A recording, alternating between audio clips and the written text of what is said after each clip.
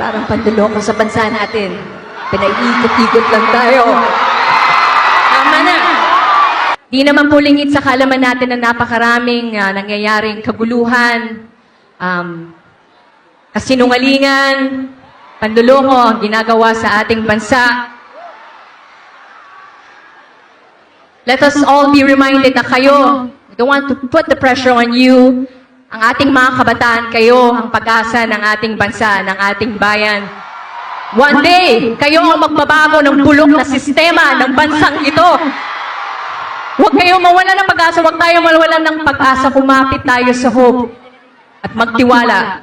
Patuloy na magtiwala na balang araw, mababago din ang bulok na sistema na yan. At uunlad din ang ating mahal na bansang Pilipinas. Hindi na natin kailangan umalis ng bansa para makapaghanap ng magandang trabaho dahil nandito na lahat ng oportunidad. Patuloy natin ipagdasal ang ating bansa.